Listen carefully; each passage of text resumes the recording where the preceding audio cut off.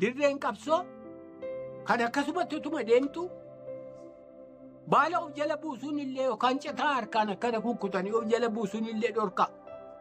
Qananiitti lakkaa'ame riphee lolaan maanni mataa isaatiin rakkata qananii barbaada isa jedhu nama keessatti waan jiruufi afaallee nafattu gara boodaa kana afaa afachuudhaaf citaa of jala buusuu baala of jala buusuu jalqabne malee carraa hirriba argannaan akkasumatti jigda akkuma qaama jirtu kanaan lafuma fedherra fedhe corroqa ta'u fedhe awwaara ta'u fedhe dhagaa ta'u raftaa boraatiin immoo harkuma keetii yookaan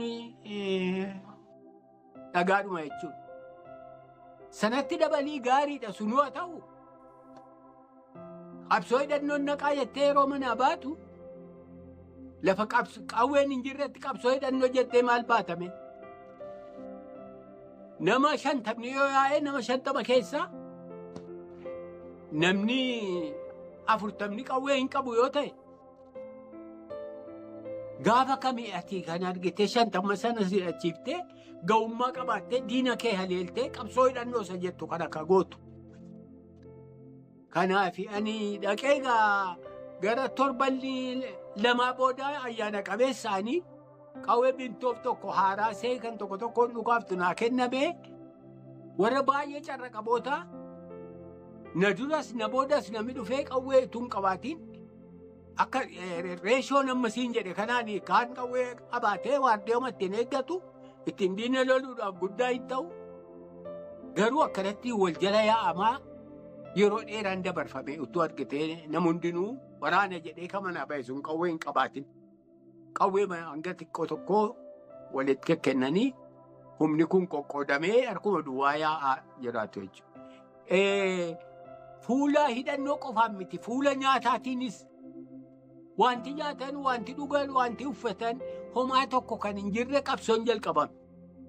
Isa sanatu hir'inaan waan guutame kana keessaa bahee qabsoo adda bilisummaa Oromoo qabsoo saba Oromoo ta'ee fruitful ta'ee waan hedduu argamsiise. Kanaaf utuu qophii gahaa gochuudhaaf reasonably yaaduunii fi yaada sirrii irratti immoo hirkatanii tarkaanfii fudhatu wanti jedhamu jiraate addi bilisummaa Oromoo kun keessattuu karaa qabsoo hidhannootiin hin utubamuu hin jalqabamus asis hin geenyu ture.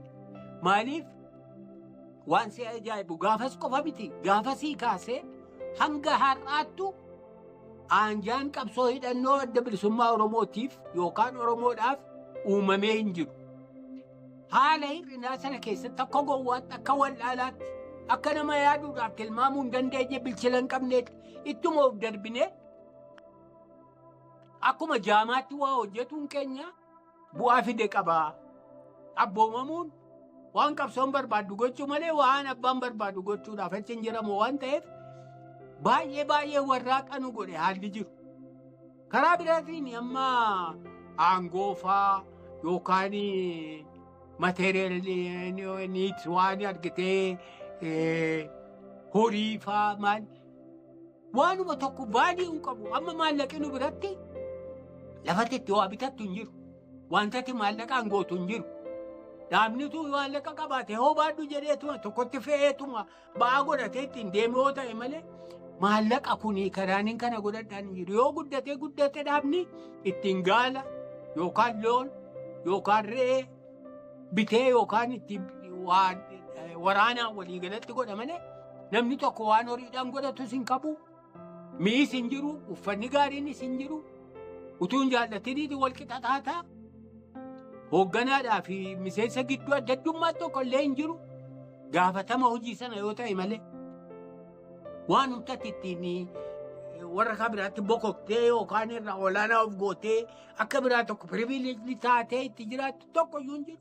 Utuma hin barbaadin haalli jiru dhibbatti wal qixa si godha jechuudha. Wal qixxummaan sun immoo baay'eedhatu rakkina hundumaa si obsisiisa. Baay'eedhatu inni irraanfattayyuutti dhugaa. Yeroo tokko qananiin hin jiru wanti qananii fakkaatu yoo sitti dhufe iyyuu ni jibbita jechuudha. Say for example amma fakkii matti tokko waan biraan jiru abujadiidhaan solaan keenya abujadii irratti hodhama. abjadiin egaa yoo gara boodaa kana kalaniitti godhan malee beektaa adiin uumaa miti. Namni waan adii waan bareedaa qaanfachuurraa kan ka'e yeroo ansoolaa namaa hiran ansoolaa adii kana fuunee biyyatti rigameetti akka inni fagoodhaan mul'anne godhama xureeffameetti sana booda uffatama. Sana malee areeda ofiisa ta'uu qaama ofii kana ta'uu uffata miiccachuu haa ta'uu huukeersi suni nama dadhabaa gowwaa riphee lolaan ta'in qabsaawaan ta'in karreef dhufe fa'aa yookaan immoo argitee ka qabsoo kana dhannan godhatiin waan xixiqqoon barbaachifne hundaaf rakkatu jedhamee taajjabama malee xiqqoo se'oo of eeguun nageenyuma ofii eeguun iyyuu ni qaanfatamaa. Tuuzaatti keessa baawuutu gaa jira beektaa yeroo tokko beekumsi xixiqqoonis gaagaa qabaa hamaadha jedhanii miti. Akkasuma waan riphee lolaa jechuun of eeggachuu qabu salphilasinas wareega olaanaadhaaf qopheessu waanuma duwwattuu tarkaanfataa ta'u jechuu keessa kuteefaa gaanga istiriimilii deemu ture bara jalqabaa sanaa shira dalaguudhaa fi mala walitti baasuunii fi siyaasaan hin eegalamne jechuudha. Oromummaadhumatu jira malee it is just like a family. Qabsoo bilisummaa qabsaa'otatu hin ta'in ijoollee warra tokkoo kan waliin ala baate jedhu fakkaifama malee shira walirra dalaguu mala baasuun wanti ittiin warraaqxummaa agarsiiftu guddaan maali? Yoo lola ta'e ansi dura du'u ansi duran deema ati booda kottu yoo hojii ta'e ati taa'e anatu hojjeta. Akkasiin itti gaa warraaqxummaan agarsiifamaa. Kana gochuutti namni hundinuu immoo wal dorgomaa ture. Shirriniif qabsoo waan jedhamu yookaan haala shawwaduu tokko poolitikaan ni jedhamu adda bilisummaa Oromoo keessatti anaaf akka kootti bara chaartaraa booda nu seenu. Bara chaartaraa tokko jennee siyaasaa jalqabne.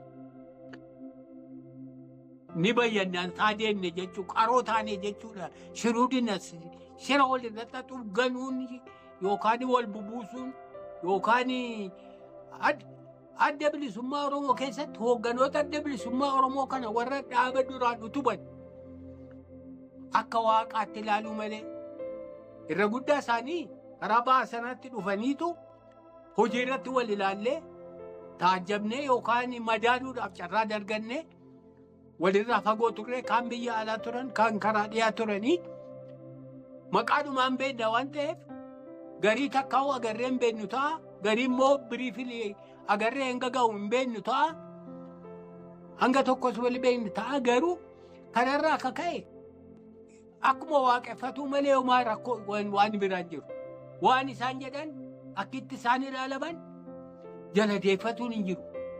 Bara chaartaraa booda namni dhufee wal argee wal ilaalee wal baree wal birratuunii fi wal shakkuunii fi siyaasaanis ilaalchisa adda adda ta'e goggoraa deemuunii fi kun jalqabamte jechuudha. Kana malee Oromummaadhaa fi dhaaba kana akkuma namni naamusa eegii dhaaba akkana kabajii uummata bal'aa Oromoo akkana kabajii kanatu dirqiidha. Kana gochuu baannaan akka taata jedhee namni sitti mun jiru kan akkuma waan fudhatamee waanuma beekamee tokko argitee uummata Oromoo jaallatuun Oromiyaa jaallachuun dhaaba OLF kana xuriirraa eeguunii fi kabajuuniif jaallachuun waan namni walitti mumite jechuudha. Waan ofumaan ta'e tokko noormaaluma akkasuma jettee kan namoonni hundinuu fudhatu barsiisuun jiraatu erga barsiisanii booda itti amananii deemuun illee ni ture jechuudha. Kanaaf gara boodaa kana garuu rakkoonis egaa yeroo sinuma rakkoon dhabamee miti. Haa ta'u gara boodaa kana rakkoonis adda adda nama baasuun siyaasaan Tigree irraa barannu suma jirti beektaa xiqqaattu hanga ga'u irraa barannu malee Shaabiyaa irraas jal'inaa fi dogoggora micciirama fa'aa baranneef inni kan keenya irratti walirra piraaktisii gochuuf yeroo ati kaatu anoo duroo waan akkanaan beeku eessa kana natti dhuftee ni gaanaftu beektaa. Akkasitti ture bara durii sana bara jalqabaa sana dhugaan siin jedha wallaalumatu warraaqaan godhatee hin beeku absolutely warraaqxummaa guddaatu jira siin jechuuf hin jedhu. Namni barnoota riphee lolaa yookaan waraana riphee lolaa tokko barate kan Middle East kanatti baratee dhufee nu keessatti argamee tokko jira. Caalaa jennaan, Caalaa Barsiisaa jennaani akka gaariittitu barnoota sana fudhate ofii isaatiifis nus immoo akka gaariitti nu barsiise. Sana malee miliitarli namni baratee dirree seene bobbaasaa dhaabaa.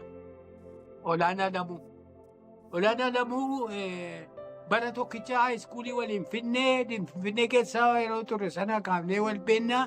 Inni akaadaamii dhaqeetti nuti warri kabaraa achitti hafnee booda dirreetti jooyinii wal goone namni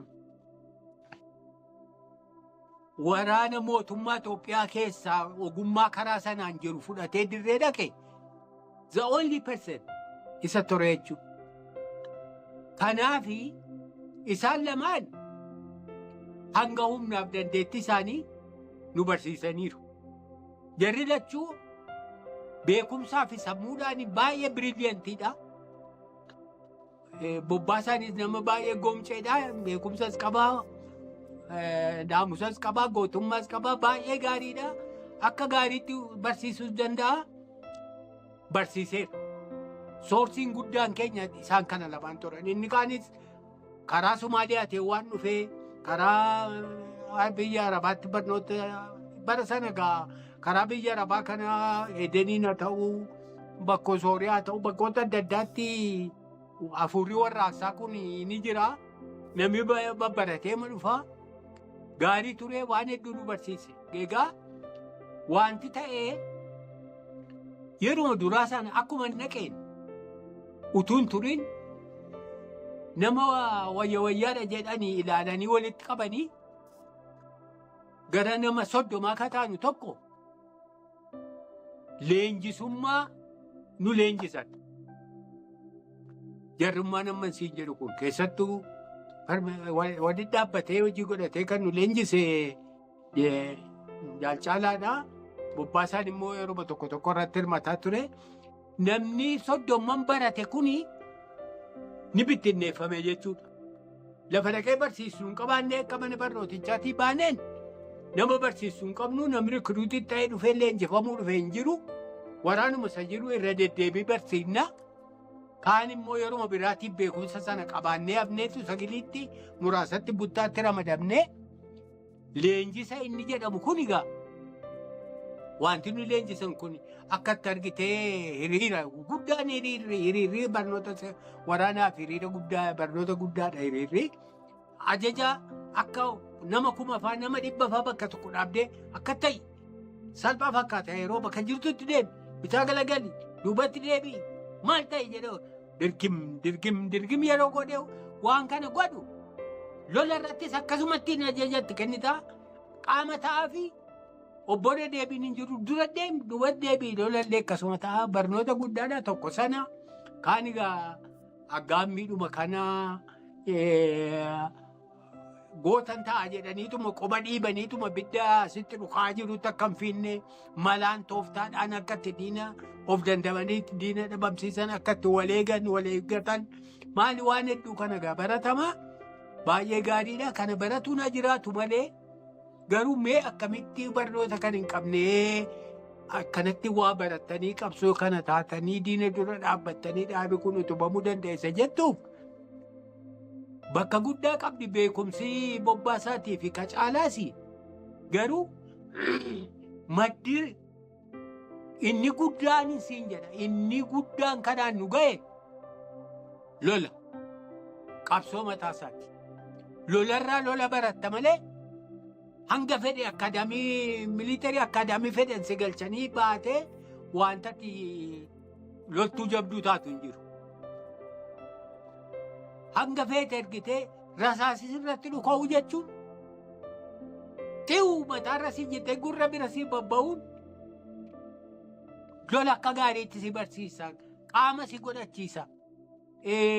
Lolarraa baran malee isa jaallan keenya nu barsiisan sanaa fi kana miti nutuu warri illee injifamne ansiin jedhu kuni deemneetuma isa sana ofuma baranne garuu isa kaan lola isa dhugaa dirree lolaatii baranne diinaan ari'amuudhaan diina ari'uudhaan duraan miliquudhaan tooftaa lolaatii fi mala lolaa hundumaa waraanni kun kabarate lolarraati jechuudha. Isa lolarratti ta'u yeroo hundumaa maal godhamaa wallaffi keessatti waboo keessatti lola hundumaa ni xiinxalama yeroo lolarra ba'amu. Lola san injifannootti argannes akkamittiin milkoomne jedhamee xiinxalama. Gaarii bor kanaaf egaa kana jabeeffattu jedhama. Lola sarratti wareegan barbaachifne baafnee badii keenyaan sodaattummaa keenyaan yookaan dogoggora keenyaan mancaane yookaan waa balaan guddaan nurra ga'e gatteenyeeti dubban. Kanaafuu bor lola fedhe keessatti yoo waliin jirru haa ta'u yeroo bakka adda addaallee baanu haa ta'u eeggannoo kanarraa akka godhamu jenneeti walii himna. Kanaaf lola walumaa galatti loluma mataa isaarraa baratee waraanni bilisummaa Oromoodha. Lolli immoo baay'ee lola nama barsiisa. Wanti lolli lola irratti waanuma diinni godhurraa illee ni baratta. Diinni akka inni itti si weeraru akka inni itti harkaafi si fudhatee si injifaturraa illee ati immoo bor sanatti dhimma baata jechuudha. Kanaaf irra guddaa lolarraatu lola baree waraanni bilisummaa Oromoodha. Kaleessi seenaadha. Seenaan kaleessaa bu'uura har'aati.